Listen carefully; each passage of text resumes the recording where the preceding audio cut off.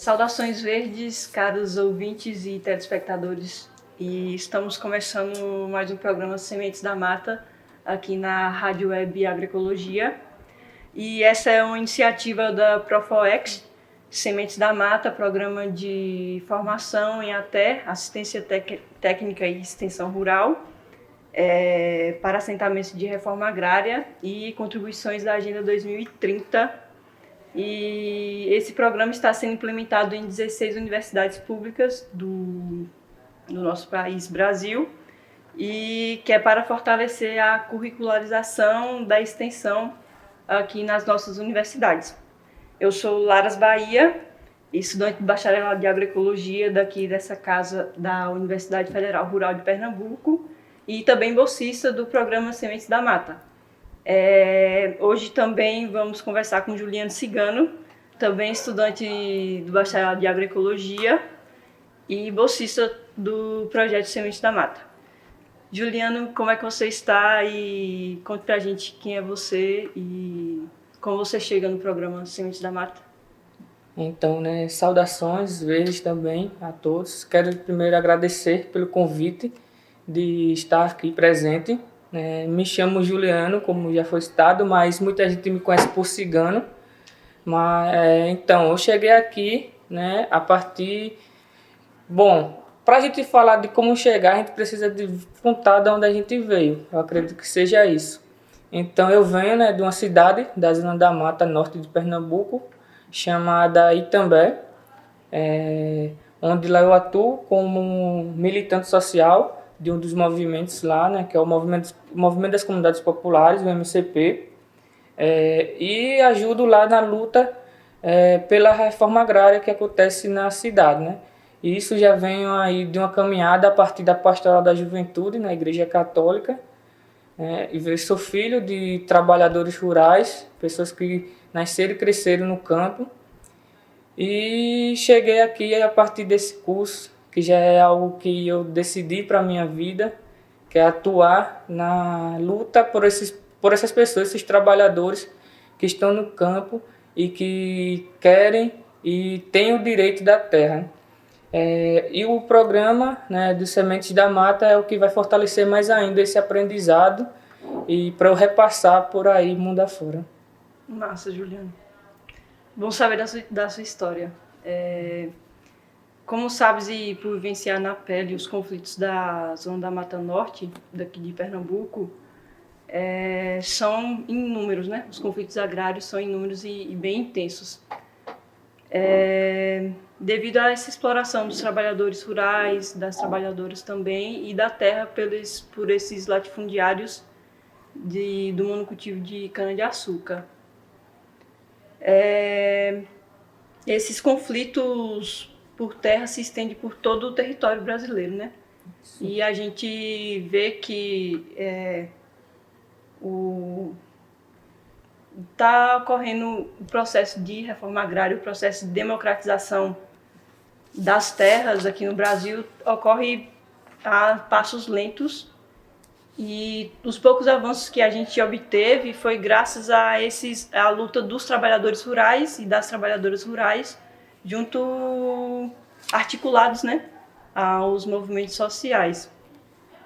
Juliano, você pode explicar para a gente o que é a reforma agrária e como esses movimentos sociais são contribuintes para esse processo de formação dos assentamentos rurais por meio da reforma agrária?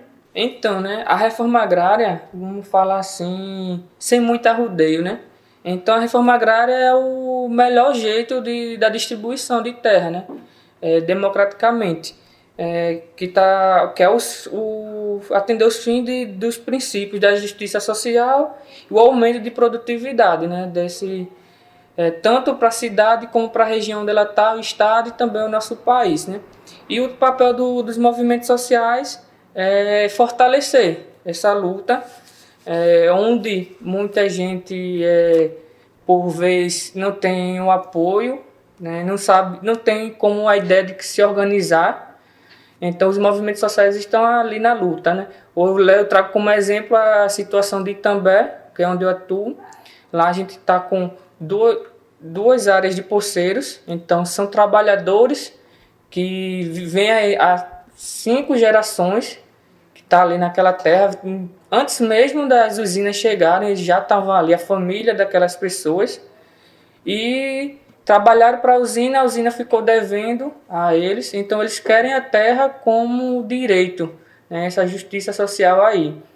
Então, como eles estavam ali sem a organização, sem ter o conhecimento das leis, os movimentos sociais entram para dar essa força, essa assistência jurídica e acompanhamento, né?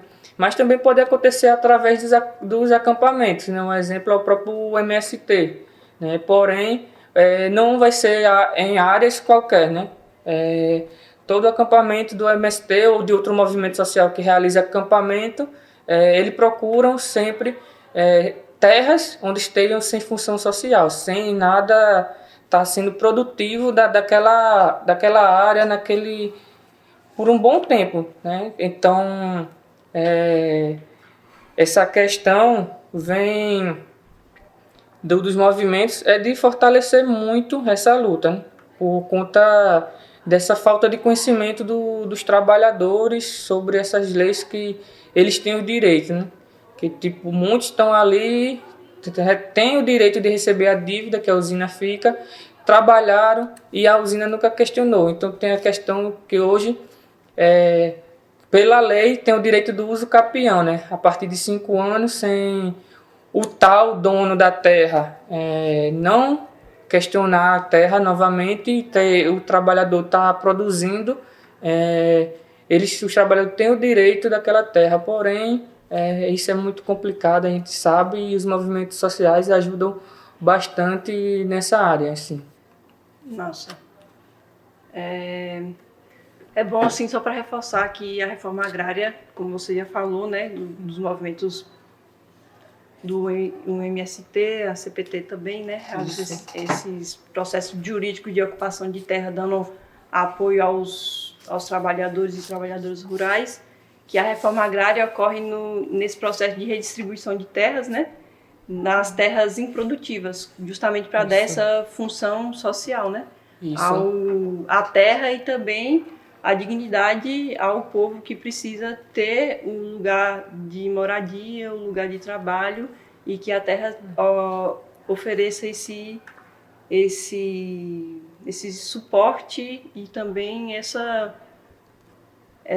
forma de viver, né? Mas é importante também salientar que a reforma agrária só avança de forma democrática e de forma mais potente com o auxílio do poder público, porque com o auxílio do poder público a reforma agrária vai ocorrer com forma mais digna para o povo, né? Para os trabalhadores rurais e para as trabalhadoras, oferecendo toda a estrutura para que essas pessoas que estão ocupando as terras improdutivas tenham a chance e a oportunidade de poder produzir na terra, de combater a fome, de combater a pobreza também, e de ter esses espaços de comercialização no rural, para que seja abastecido dentro do rural, mas também a zona urbana, né?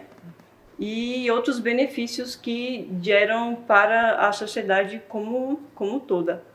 E aqui dentro do canal da Rádio Web Agroecologia tem uma série sobre reforma agrária que é pautada pelo professor Marcos Figueiredo, docente aqui da Universidade Federal Rural de Pernambuco. E nessa série ele explica o que é, mais aprofundado, né? O que é reforma agrária, quais são os tipos de reforma agrária, como se dá a reforma agrária agroecológica, quais são os manejos do agroecossistema dentro das reformas agrárias que existem.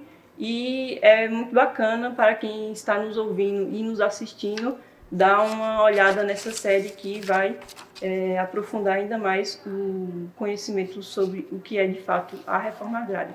Isso, né? E lembrando que todos esses trabalhadores têm o direito, né?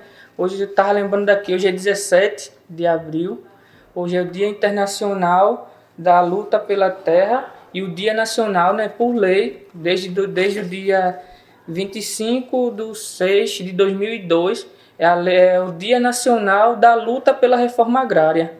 Então, a gente vem aí por conta que toda essa questão da terra não é de agora. A gente vem aí desde a invasão dos portugueses lá em 1500, que se a gente for para a história, não se tinha a terra aqui no Brasil, e assim como muitos lugares do mundo, não tinha dono e não tinha no papel dizendo quem era o dono. Então, como foi que do nada chegou, né? Então, vem a partir daí de 1850, da Lei pela Terra, que tem até uma frase que eu aprendi na CPT, a Comissão Pastoral da Terra, que até 1850, 1888, que disse que foi a Lei Áurea, né? O povo era preso e a terra ela era livre. Agora a terra é presa e o povo é livre. Então, toda essa questão vem uma questão histórica, né, do nosso povo, principalmente o povo preto e das comunidades originárias que sofrem com essa repressão até hoje. Sim. Vou lembrar esse dia bem potente para a gente estar gravando esse nosso encontro. Vou fazer mais uma pergunta para você, Juliano. Juliano, o projeto Sementes da Mata será realizado em assentamentos de reforma agrária, né? E a partir de suas experiências, diz para a gente como essa redistribuição de terra em benefício dos trabalhadores e trabalhadoras rurais com pouca terra ou sem terra, a partir da reforma agrária, pode estar ligada à produtividade rural e como os processos educativos de assistência técnica e extensão rural ajudam nesse processo. Então, né, essa questão da redistribuição da terra, né, e os assentamentos é a forma de resistência desse povo, né, que assim, eles tendo a permanência na terra, vai ser uma questão social também. Eu vou usar novamente o exemplo lá de Itambé, que são duas terras de poceiro que a gente mais foca, tá ali mais diariamente, que é a comunidade de São Bento e a comunidade do Engenho Gongo, que é a terra Jeremias. A comunidade de São Bento tem cerca de 43 famílias e do Engenho Gongo tem de 50 famílias. Então, são de 4, 5 gerações atrás, a família dessas pessoas já estavam ali, como eu disse anteriormente, né, antes mesmo das usinas. E hoje eles lutam pela permanência naquela terra onde tem a história da família, né, dos seus ancestrais. E aí a gente muitos pergunta, né, se eles perderem esse direito, para onde eles vão? Imagina aí, cerca de 90 famílias do nada sair da sua terra, onde ele tem seu cantinho, e ir para a cidade. Ter lá que concorrer contra as pessoas que já estão lá, tem casa própria, eles terão que pagar aluguel, terão que conseguir um trabalho onde lá eles que podem fazer seu horário de trabalho, podem produzir, podem ter o seu próprio alimento, e na cidade eles terão que cumprir, né, uma rigorosa carga de trabalho e comprar o seu alimento, né? Então, os projetos de ATER, né, eu acho que é mais para fortalecer essa permanência do pessoal do campo, né, principalmente a juventude, que hoje é o que mais a gente precisa trabalhar, por conta que nas próprias escolas, né, quando eles vão para a cidade, que no campo hoje o número de escolas está diminuindo bastante. Eu acho que é uma forma de expulsar os trabalhadores, os moradores das comunidades, porque as crianças e os jovens têm que ir para a cidade e chegar lá, são enganados com que na cidade eles vão ter uma vida melhor e uma vida mais rápida e sem tanto esforço, né? E dentro da própria escola ensina isso, né? Você tem que estudar, vir para a cidade para não ficar igual seu pai ou sua mãe trabalhando na enxada, no facão, na roça. Mas a gente vê aí que os projetos de ATER vem demonstrando a força através de tecnologias sociais, onde mostram que dá para a gente continuar no campo e trabalhar sem ter tanto aquele esforço como antigamente, diferente do que é se passado nas escolas. Então, isso ajuda muito, os projetos até ajudam muito essas pessoas, né, que vivem desde criança no campo, né. Tem pessoas que eu conheço que sempre nasceu no campo, cresceu no campo, fez sua vida lá, mas depois de idoso foi para a cidade, começou a ter problemas psicológicos, né. Então isso é bem complicado, né. Do próprio Bacep mesmo, com um dos relatórios que eu fui fazer, quando eu perguntei ao agricultor se ele preferia o campo ou a cidade, ele claramente falou rapidamente que era o campo. E eu perguntei o porquê, o que ele mais gostava. E ele disse porque aqui a gente não tem barulho, não tem aquele carro, aquele som. E outra coisa é que à noite eu posso sentar no terreiro e olhar para o céu e ver as estrelas, enquanto na cidade a gente não vai conseguir ver isso. E lá ele vai estar produzindo seu próprio alimento. Muitos, né, hoje foi passado como uma tradição, a produção a partir do uso de veneno, mas muita gente ainda tem essa história da família de não produzir com os venenos. Então produzir aquele seu alimento, seu próprio alimento, ali eles vão produzir para si, para a família, sem uso de veneno, uns alimentos saudáveis, e ainda vai ajudar o povo da cidade, né? Porque na cidade o povo não quer plantar, muita gente não quer plantar. Então, se não for o campo, eles não fazem refeições, né? Então, esses projetos e a reforma agrária, acho que vai ajudar muito isso. Por conta que hoje no nosso país a gente tem aí cerca de 1% de pessoas que, segundo eles, são donos de 50% da terra do Brasil inteiro. Enquanto 99% da população do Brasil tem que dividir o restante dos 50%, né?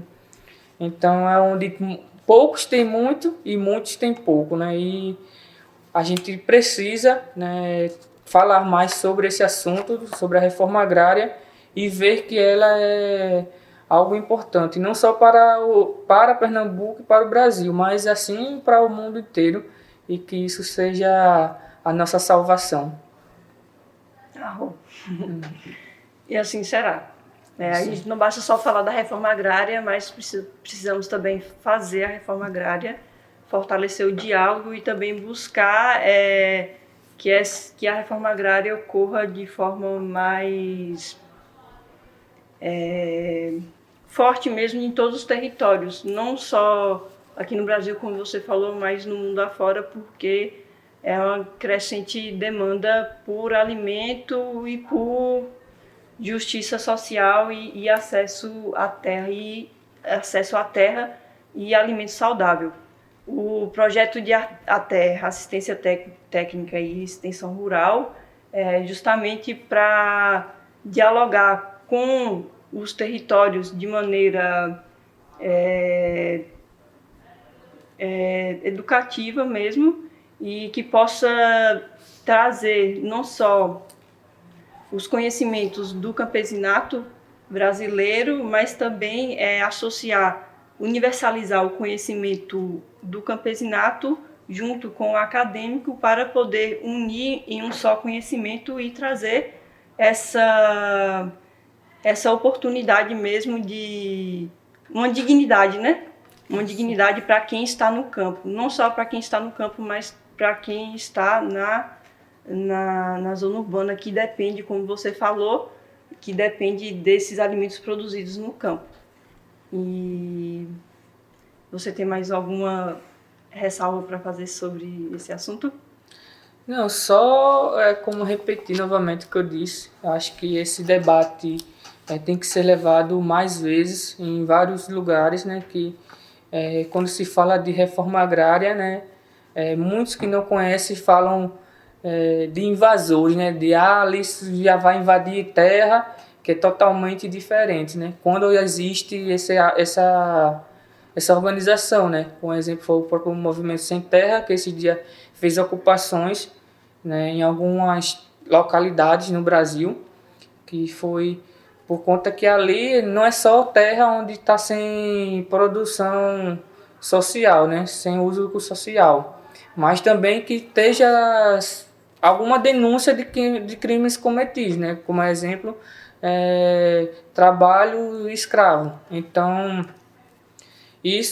a reforma agrária vem a partir disso, da luta e da resistência do povo para se organizar. Então, que o povo tenha que entender que reforma agrária ninguém está tomando a terra de ninguém, não está tomando a posse do que é seu, e que nós brasileiros temos o direito dessa terra e de produzir o nosso próprio alimento, né, saudável, sem precisar de estar tendo esse contato com esses alimentos que são produzidos com agrotóxicos, né?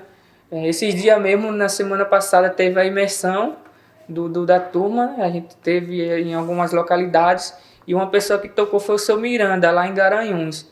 Então, o exemplo daquele homem, eu acho que deveria ser levado para todo mundo conhecer. Eu mesmo já disse, era o que eu faltava, então, desde que eu voltei, já disse, tanto eu vendo assim, por conta que eu já sou formado como técnico em agroecologia, estou agora no BACEP, falava para o povo ter o alimento saudável, e muitas vezes eu mesmo não tinha isso para mim. E com o seu Miranda foi o que levou ao ponto final. Um exemplo mesmo é que desde que eu voltei de seu Miranda, até hoje não coloquei um pedaço de carne na boca. Desde esse povo vou aderir ao vegetarianismo, então até hoje não. Desde que eu voltei, eu cheguei também no sábado, até hoje na quarta ainda não comi carne, e mudando muitos hábitos alimentares, né? E isso eu vejo que em alguns acampamentos, assentamento, a gente tem pessoas que lutam, então reforçar essas pessoas e ajudar a fortalecer essas pessoas que lutam por um alimento saudável, e que lutam ali pela sua terra para deixar para as suas famílias futuramente. Massa, Juliano. Lembrando que nosso programa vai ao ar semanalmente. Curta, compartilhe e se inscreva no nosso canal para acompanhar os próximos programas. E no próximo programa iremos entrevistar Flávia Moraes, também bolsista do projeto Sementes da Mata. Até já!